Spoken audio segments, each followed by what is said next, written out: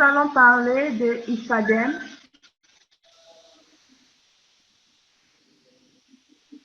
Et l'éducation biplurilingue. IFADEM s'est consacré, comme plusieurs autres œuvres, à regarder comment améliorer la formation des maîtres. La formation des maîtres, et nous avons, je ne me suis pas présentée, si Juliane Dibnou Messina été, enseignante à maître de conférence à l'Université de Yaoundé 1, et donc généralement nous nous entretenons sur les problèmes d'enseignement biplurilingue et les TIC, l'enseignement à distance.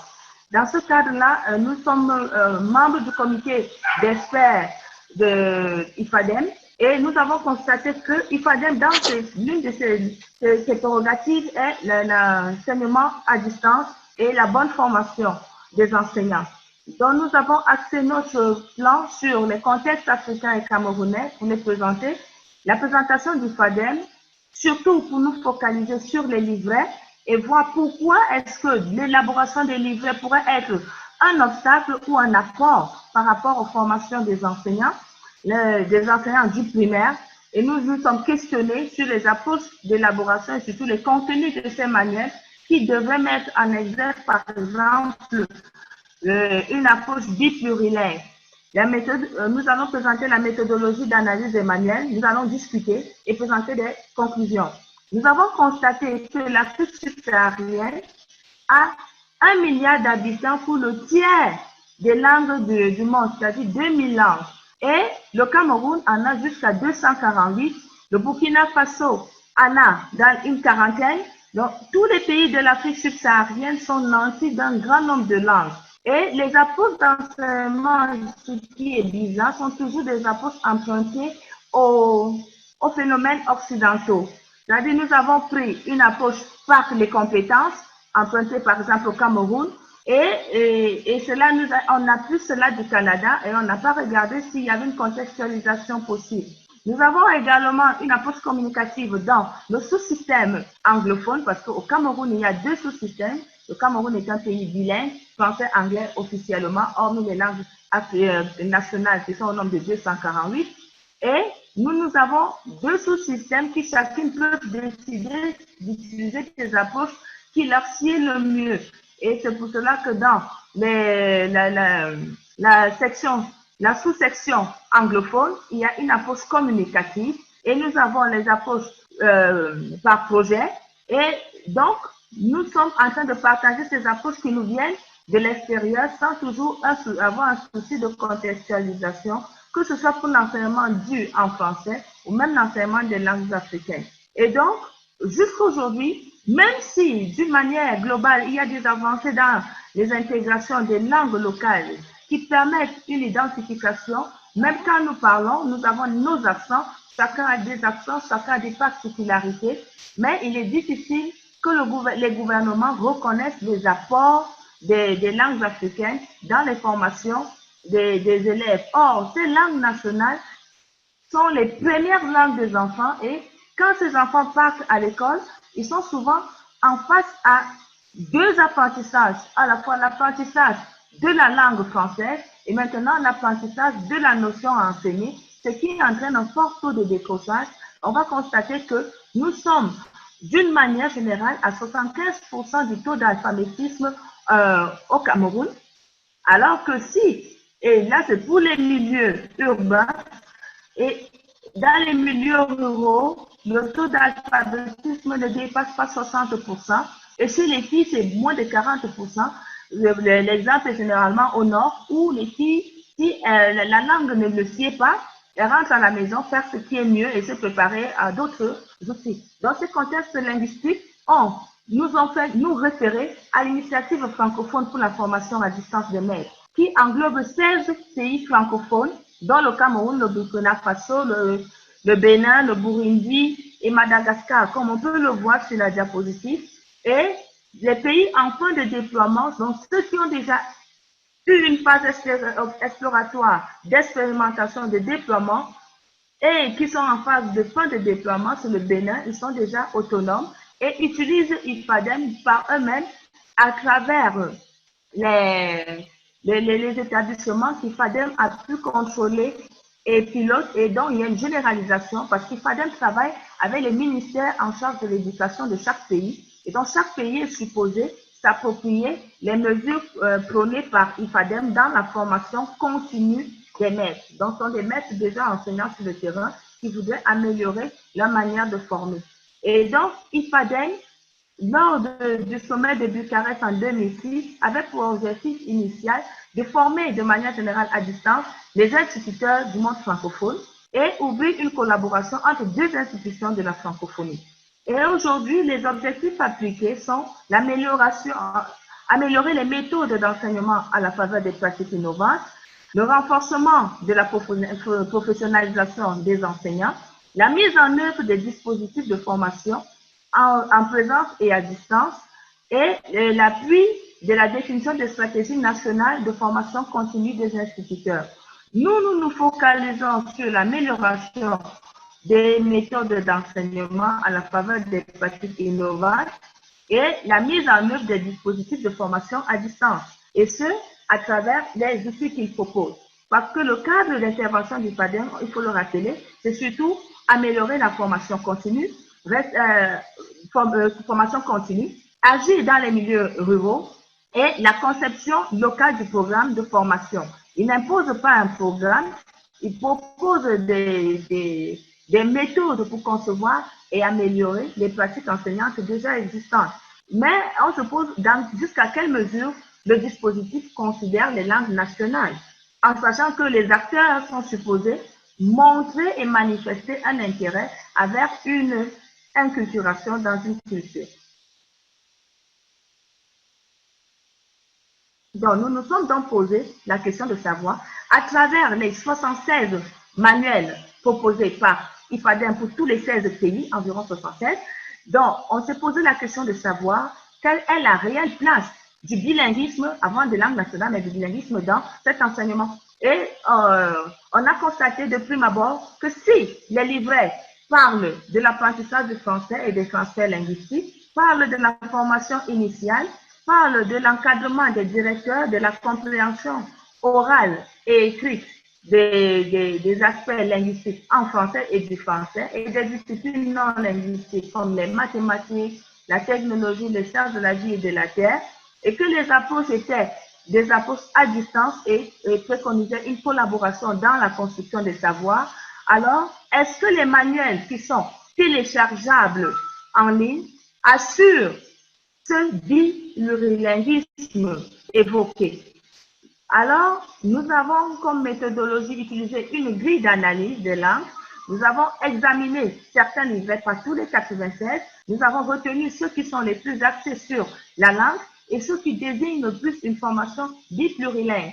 Et la population qui nous a aidé à répondre à cette question de manière générale, c'est d'abord les membres du groupe d'experts, ensuite les coordonnateurs IFADEM, les deux coordonnateurs internationaux et le coordonnateur du groupe d'experts IFADEM à travers un entretien. Et c'est à partir de ces entretiens que nous avons pu dénombrer le nombre de livres, que nous avons pu également savoir qu'on peut classer les livres IFADEM en deux volets principaux, ceux qui sont génériques, qui concernent, en trois volets plutôt, ceux qui concernent la formation générale des maîtres, ceux qui concernent les ouvrages à caractère non linguistique, les mathématiques, l'histoire, les sciences de la vie et de la terre, comme on peut le voir, et ceux qui sont centrés et focalisés sur la linguistique. Et nous avons constaté que sur les 96, il y a 10 qui portent sur l'enseignement bilingue,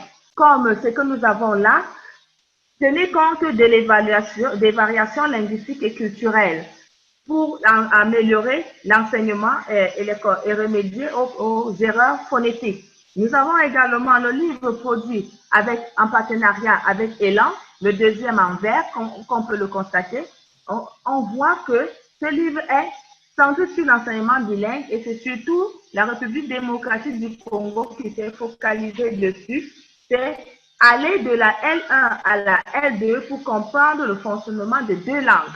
Et là, c'est grâce à une association entre IFADEM et Elan Afrique. Les résultats au moment de la construction, ce que nous avons remarqué, c'est que chaque livret contient 3 séquences et ces 3 séquences sont réparties en imprégnation, exploitation et capacitation des enseignants. L'imprégnation, les enseignants doivent par eux-mêmes découvrir le contenu, comment enseigner, quelles sont les lacunes, quels sont leurs besoins, l'exploitation des nouvelles compétences qu'on leur a données et maintenant, par des activités, les rendre capables d'agir.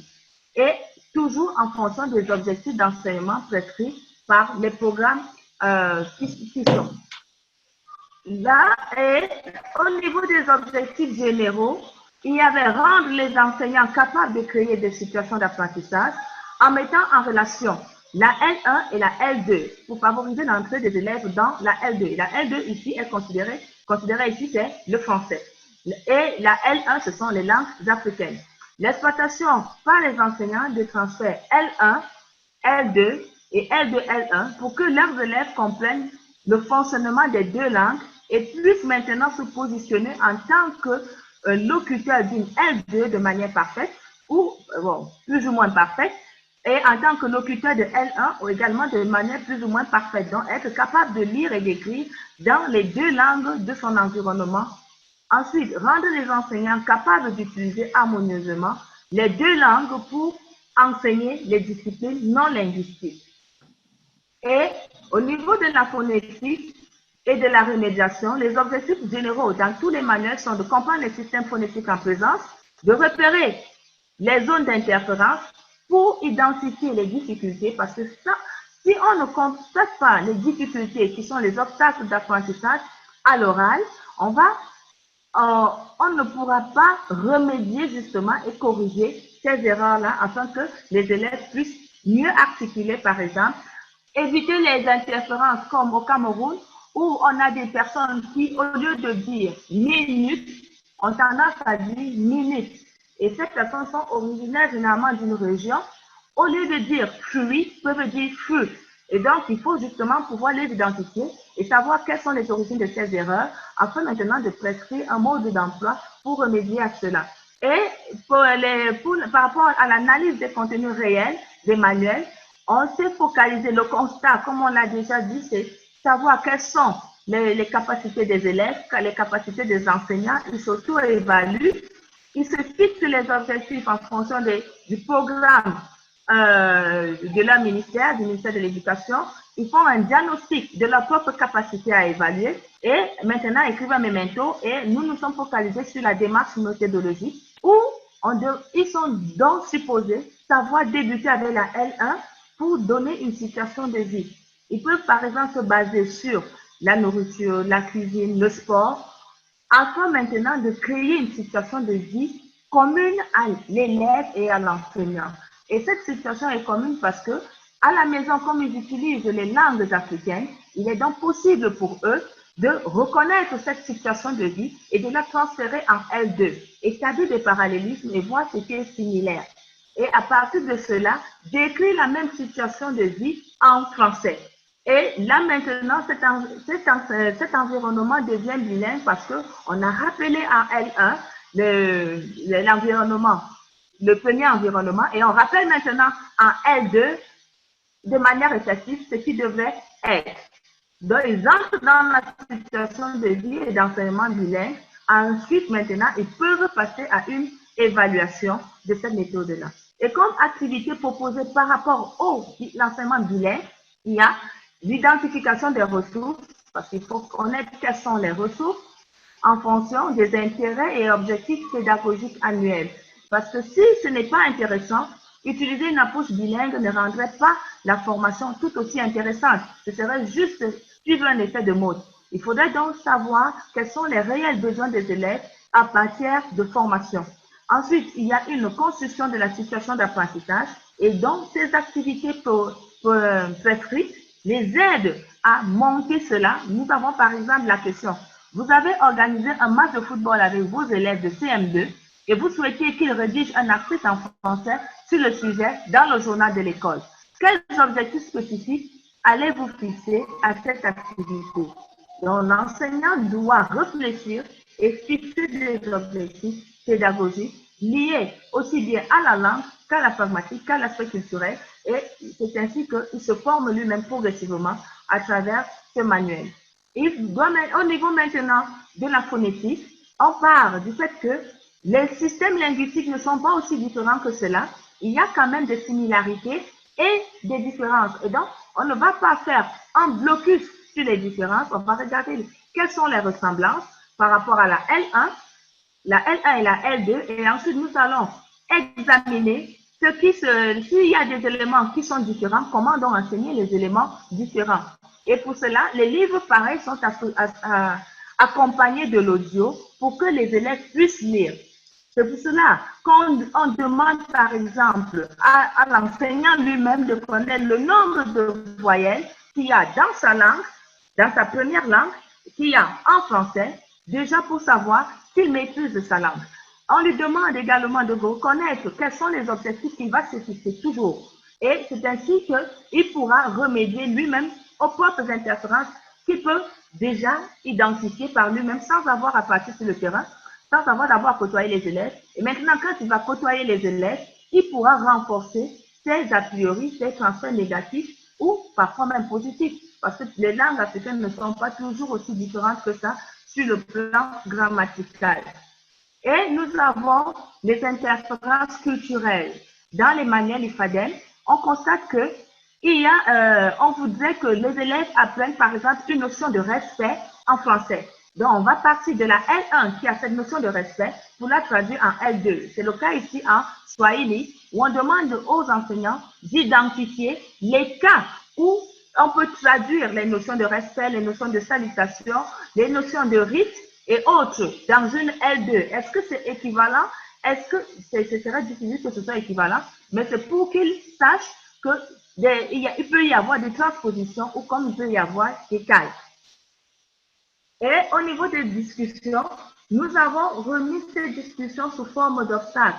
Nous constatons qu'il n'y a que 2 livrets qui intègrent réellement la L1 dans une mise en perspective bilingue, et c'est en RDC. Et ce sont ces manuels qui nous mettent la langue écrite en Swahili, et dans tous les autres pays, au Cameroun, c'est un enseignement bilingue. Les manuels ont été, d'après les coordonnateurs, les manuels ont été élaborés en français et en anglais pour servir les 2 sous-systèmes. Ça, c'est le niveau de bilinguisme que nous avons utilisé au Cameroun. Mais on n'a pas introduit les langues africaines. Et maintenant, l'autre obstacle, c'est comment donc intégrer les aspects linguistiques et culturels dans tous les ouvrages ifadémiens. Ça, peut-être dans l'avenir, on nous le dira. Former à l'usage du français, ça passe aussi par une connaissance de sa propre langue, de sa propre culture, et surtout pour les DNL. L'accès aux ressources pédagogiques sont en ligne. C'est pas tout le monde qui a l'occasion de partir se connecter et de télécharger toutes ces ressources en ligne et d'identifier quels sont les livrets, quels sont juste les dictionnaires, quels sont le temps imparti ne permettrait pas à tout enseignant d'aller télécharger cela. Heureusement que c'est limité par pays, mais cela pourrait être un obstacle comme cela pourrait être un bien par rapport à la formation des formateurs. Et il s'agit donc de surmonter ces obstacles éducationnels relatifs à la barrière linguistique et aux approches généralement monolingues qui ignorent que les Africains, surtout de l'Afrique subsaharienne, sont fortement ancrés dans des cultures qui ne sont pas toujours françaises ou anglaises. Mais nous retenons quand même que certains aspects linguistiques ont été intégrés dans la conception des manuels, mais on se demande pourquoi intégrer la négation comme une variation culturelle. En conclusion, il y a des possibilités de généralisation des pratiques ifadémiennes et ces possibilités-là peuvent être directement intégrées dans les livrets et les œuvres scolaires du primaire dans tous les pays, sans avoir toujours besoin d'avoir des livres ifadémiens, des livres du ministère de l'Éducation et des livres pour ceci. Je reste ouverte à toutes les suggestions pour améliorer ce travail. Je vous remercie.